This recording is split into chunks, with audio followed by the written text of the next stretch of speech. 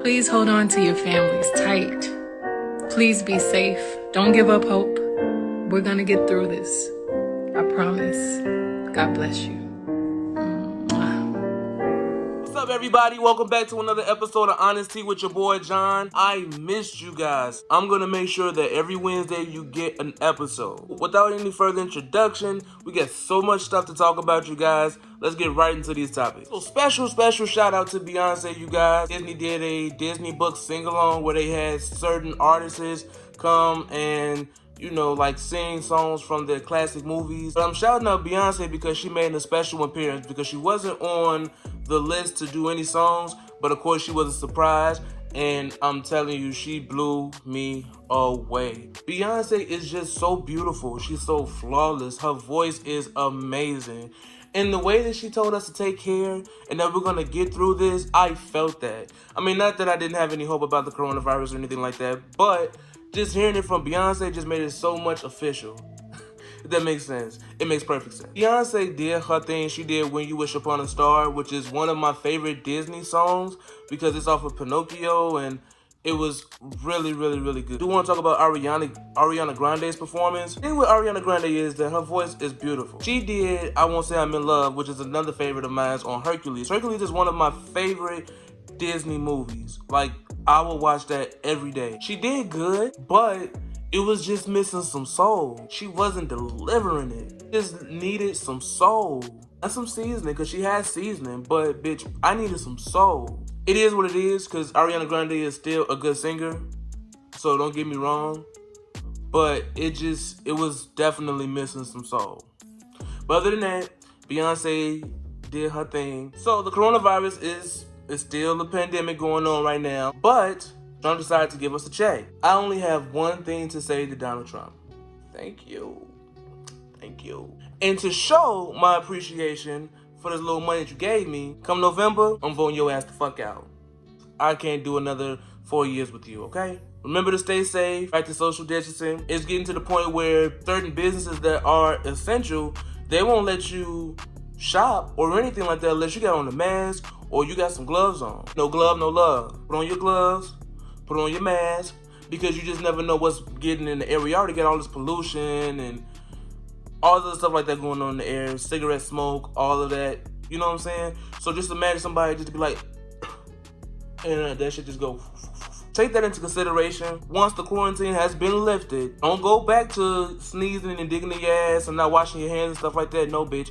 You keep that up. For the ones who don't care about all that stuff like that and you are taking the necessary precautions to make sure you're safe, then you keep that shit on, okay? Because I don't got time for it. The topic that I want to talk about is P. Diddy fat shaming Fat Lizzo.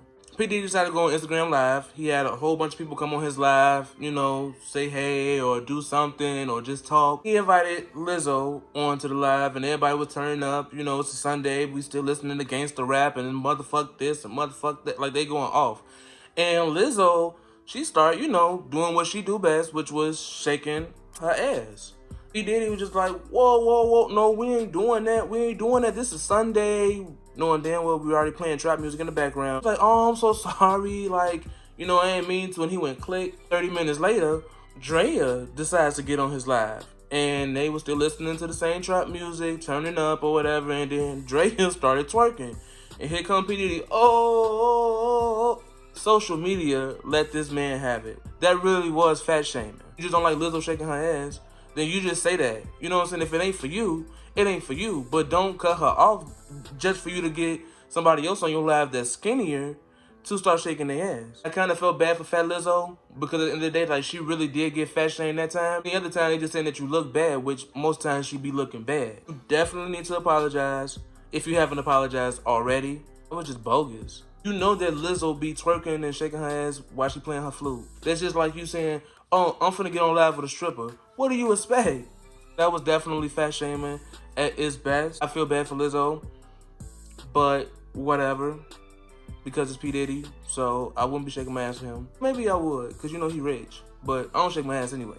But, No. Last week I didn't get a chance to talk about the Clark Sisters movie. This was such a good movie. It put a lot of things in perspective for me. Shout out to Missy Elliott, Queen Latifah, and Mary J. Blige for executive producing this biopic. And can we just make sure that they are the ones who do every biopic from now on? Because the last couple of biopics we've been getting has been a hot fucking mess. I never knew that Dr. Maddie Moss made a 3-part harmony. I never knew that. I just thought it always existed, but then of course, you know, it has to take somebody to, I guess, introduce it. So I just didn't think that she did it. I also didn't know that Dr. Maddie was in an abusive relationship, and it was messed up because the person that was abusing her, of course, was her husband, but he was a pastor. I hate to see stuff like that. You have people who already feel some type of way about the church. You also have people who feel some type of way about God. And the first thing that they want to say is, this is why I don't go to church now. So Twinkie's a fucking idiot. This girl done sold her entire catalog, her songs, her music, damn near her sisters, for a Lincoln. This big time recruit out in Hollywood went to each and every Clark sister and said, hey, I want to sign you. I think you should go solo. And everybody like, no, talk to my mama, or no, it's just me and my sisters. We ain't no solo gig. And Twinkie, that ass, took the bait. Twinkie is definitely an idiot. And then on top of that, all of the Clark sisters were getting some dick. The moment that someone paid Twinkie an inch of attention, she wanted to move to Philadelphia and she wanted to get married. Mom like, baby, like, don't go and all this stuff like that. But you have to let your daughters live their life. You gotta let your daughters make their own choices, their own decisions, because once they grown, they gone. They started wrestling and tugging, going back and forth. And this boy that she was getting ready to marry pushed her mama down to the ground. But Denise wasn't no better. That bitch had 7 kids. 7 kids. 7 kids. Denise wanted to live her life. All their life they've been living under their mama, sacrificing their happiness for her. She felt like her mom didn't really care about her. She felt like, you know, her mom was more concerned about the other 3 sisters and not the other ones, which I could kind of see. Denise was going out there, she was fucking, having kids, and still singing in the choir. She wanted to live her life, and I don't blame her, but girl, 7 kids? You lived your life a little bit too much. Girl, your ass needs to be in that church. She clowned at that funeral. Oh my God. She clowned. She said, me and my 7 kids, my mama don't see us and all this stuff like that. I'm just like, oh my God, like, it just had to have been so embarrassing to watch. To see it being replayed just on a movie, knowing that this actually happened to you in real life, I know Denise probably feeling some type of way now, like, damn, like, I really did act a fool. I feel like Denise really didn't like her mom. She kind of hinted at that she really didn't like her mom. It wasn't that she was more disrespectful. It was more just, it was just like, I don't care what my mama say, and I'm gonna do what I want to do because I'm 18 and older. And I'm tired of being in church all the damn time, and I'm tired of singing all the damn time. And now, not only am I singing all the damn time, I'm not being paid attention to.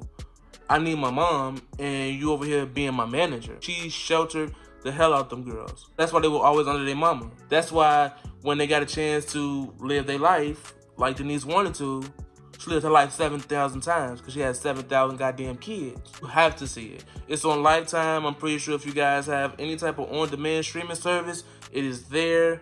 Shout out to Missy Elliott, shout out to Queen Latifah, and shout out to Mary J. Blige once more for making this movie. You guys did your thing. And shout out to the actresses who played the Clark sisters. Y'all definitely did y'all thing. And come to find out that y'all was singing that shit on y'all own too. Bitch, y'all did that. So I want to talk about Love and Hip Hop Atlanta. So on last week's episode, Young Jock had invited Light Skin Keisha to his radio show, and he was supposed to interview her about her career and her future plans and her moves and her music and everything that she got going on right now. Jock decided to be a messy bitch. He invited Akbar into the interview on FaceTime. It was so bogus of Young Jock to do that. Light Skin Keisha, she snapped. Like, she went off, she just exited the interview and was like, Young Jock, you got me fucked up. Like, fuck this, I don't care. Like, you just did the most. I'm here to talk about my career, not about no beef. This makes me like Light Skin Keisha 10 times more. Do I know any of her music? No, I don't. It makes me respect her so much more. She's serious about her work. She's serious about what she does. But it seems like Akbar don't want nobody from Atlanta to be a female rapper other than her. Akbar is really ego tripping. Because at the end of the day, bitch, I don't know any of your music. I don't know Light Skin Keisha music either. But At the end of the day, I hear light skin Keisha name more than I hear yours. Yeah, I see you on the blogs teasing about having some music or anything like that, but bitch, I never seen a mixtape.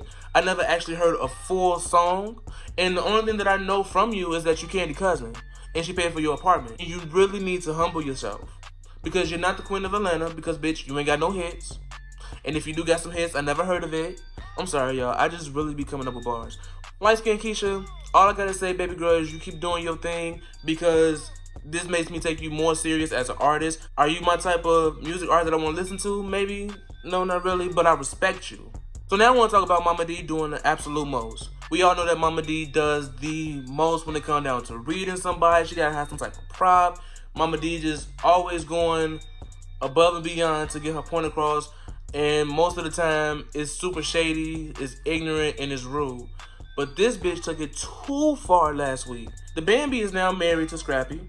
Mama D and Bambi's mom don't get along. Basically, Scrappy was like, nah, we gotta nip this in the bud. We gotta get this over with because me and Bambi, we love each other. We want y'all to love each other. We're a family. We're not finna be doing this beef stuff. He invited Mama D and the Bambi's mom out to eat. And she gets on this podium and was like, remember I said you was dead to me and all this stuff like that? This bitch pulls out an obituary with the Bambi's mom face all over it saying like, I want that spirit in you to be dead just like that cancer you had. Like, she was going off. And it was funny watching it, but at the same time it was very, very ignorant. I could just only imagine the fights that Scrappy and Bambi probably be having now because you just did this to my fucking mom. Now I can't fuck with your mom like that because she just did the most when it comes down to my mom. If I was Bambi, I probably would have ridden over that table and beat the shit out of Mama D, because bitch, don't play with my mama like that, especially knowing that she just had cancer. For you to go and put up an obituary with her face on it, that was ignorant.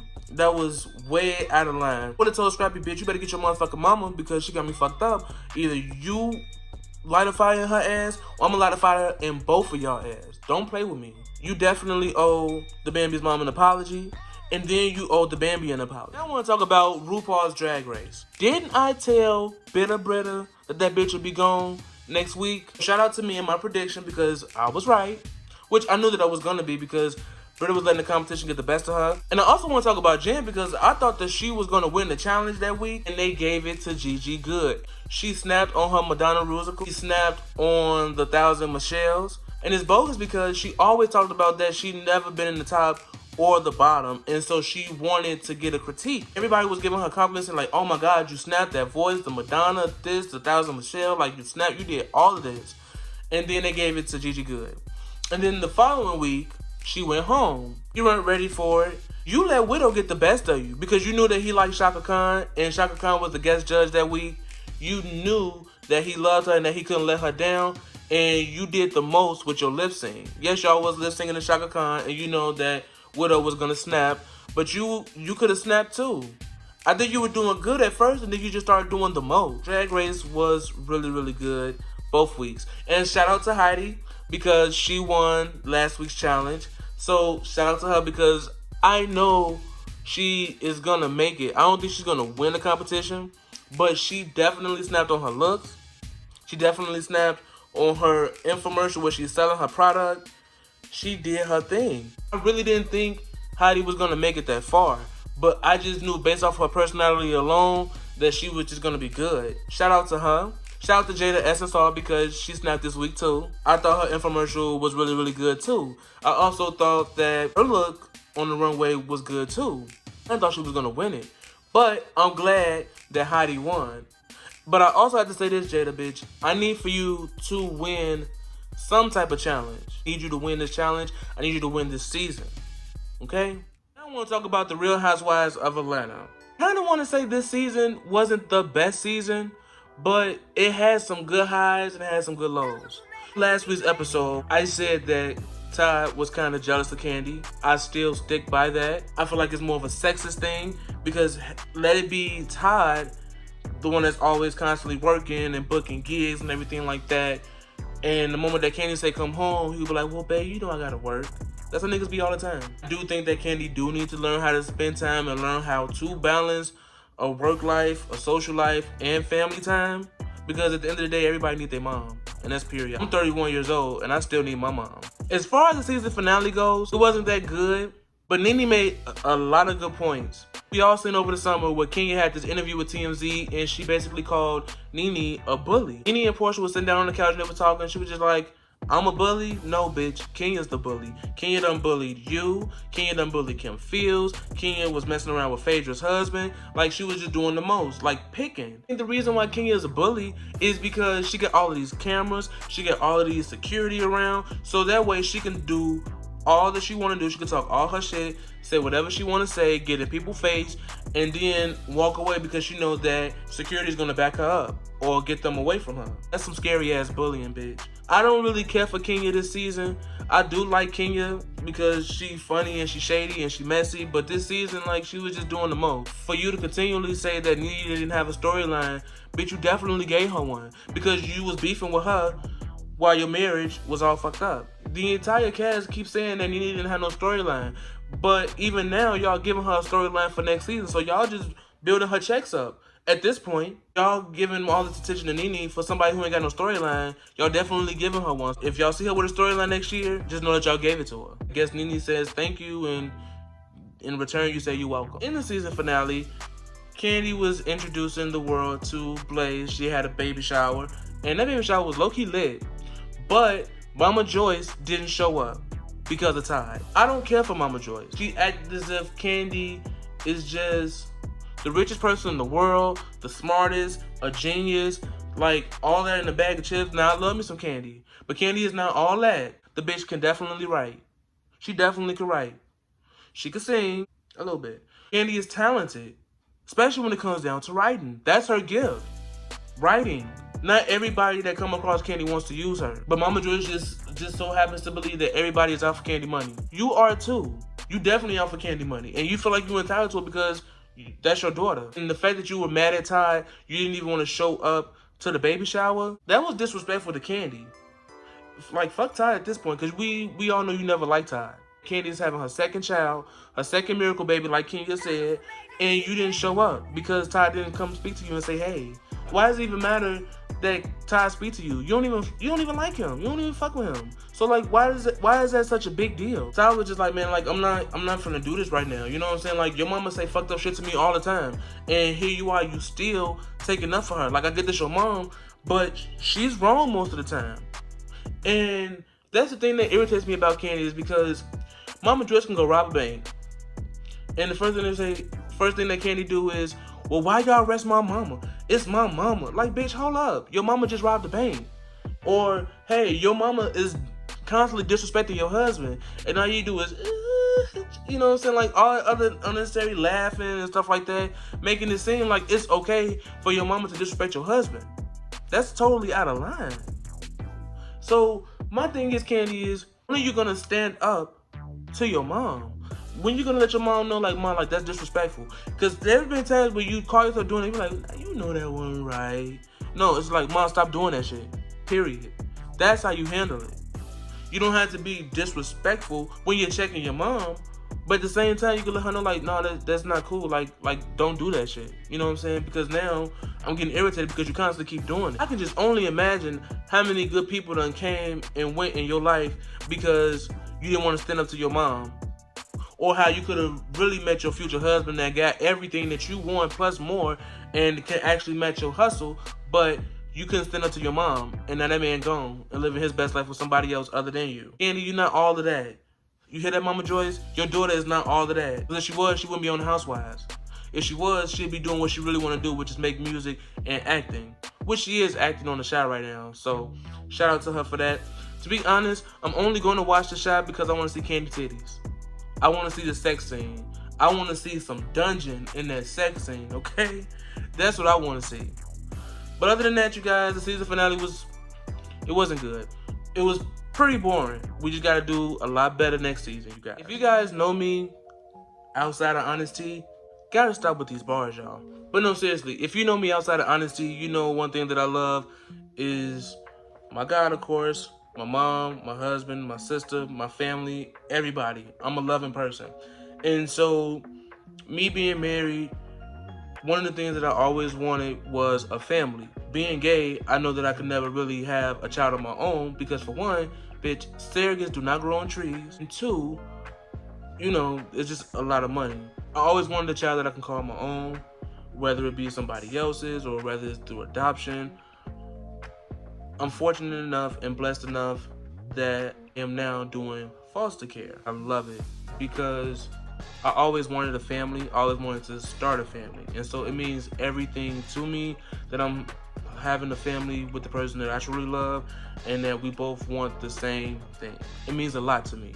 And it's everything to me, especially because I love my family. I love everyone in my family. Family is so important to me. And I want to be able to give the love and affection to another child who either was or wasn't fortunate to receive that. And I want to do that with our own shorty of my own, and that's going to come in time. But at the same time, I will still love a child regardless if it came from me or if it didn't. And that's what I'm doing now. And it's a process. It definitely is a process. Like, there's no rule book for parenting, because if it is, just know that a fucked up parent wrote it, because there's no book or no guidelines or no cheat codes. So I'm learning as I go. It is a process, but I'm enjoying every process, every step of the way, and it's really good to have a support system. My family hasn't met my foster child yet due to the fucking coronavirus, but you guys will be seeing him or her very, very soon. So that's what's going on in my life right now, you guys. I'm super, super excited to introduce you guys to what I'm doing in my life, because I do get personal. I try to keep it funny. You know, I don't always want to go in with my business, because, bitch, it ain't none of y'all business. But I do it anyway. So, yeah. So, just letting you guys know what's going on with me. I'm actually now a parent. Foster parent, of course, but parent nevertheless. Like, share, comment, and subscribe below, you guys. I really hope this video was long, because I know I've been talking for like an hour at least. And I had a lot of topics. But then, you know, every time that I start editing, it just goes all the way down. On last week, the reason why I didn't do an episode is because of my social life, and, you know, like I said, I just got into foster care. And then on top of that, if you guys saw me on Facebook, I had fucked up my hair and I had to shave it. It is now grown back, as you can see. And yes, I lined myself up really good. I'm growing my beard back, by the way. Yes, I know I cut it off like a month ago, but I'm growing it back. So if you guys want a haircut, hit me up. Quarantine prices only, because, you know, we in a recession. No, I was playing. I also want to start doing something different for the show. So if you guys like HonesTEA, if you guys like talking about celebrity gossip, news, current events, hit up my inbox on Twitter. Hit up my inbox on Instagram. And send me a video of you talking about what you want to discuss. You will be featured on the show. And I will give you my HonesTEA opinion about what we're talking about. I want to do something new. I want to do something different. And I want you guys to be a part of this. Like, share, comment, and subscribe below, you guys. Next week, we will have another episode. Send me some topics to talk about, you guys. If you don't want to actually send a video of you discussing it, send it to me, shit. Because I feel like I'm running out of topics. Now that the Housewives done went off, and I got to find something else to talk about. Okay? So, I can't wait to see you guys next week. Next week, tune in. We're going to have a brand new episode, you guys.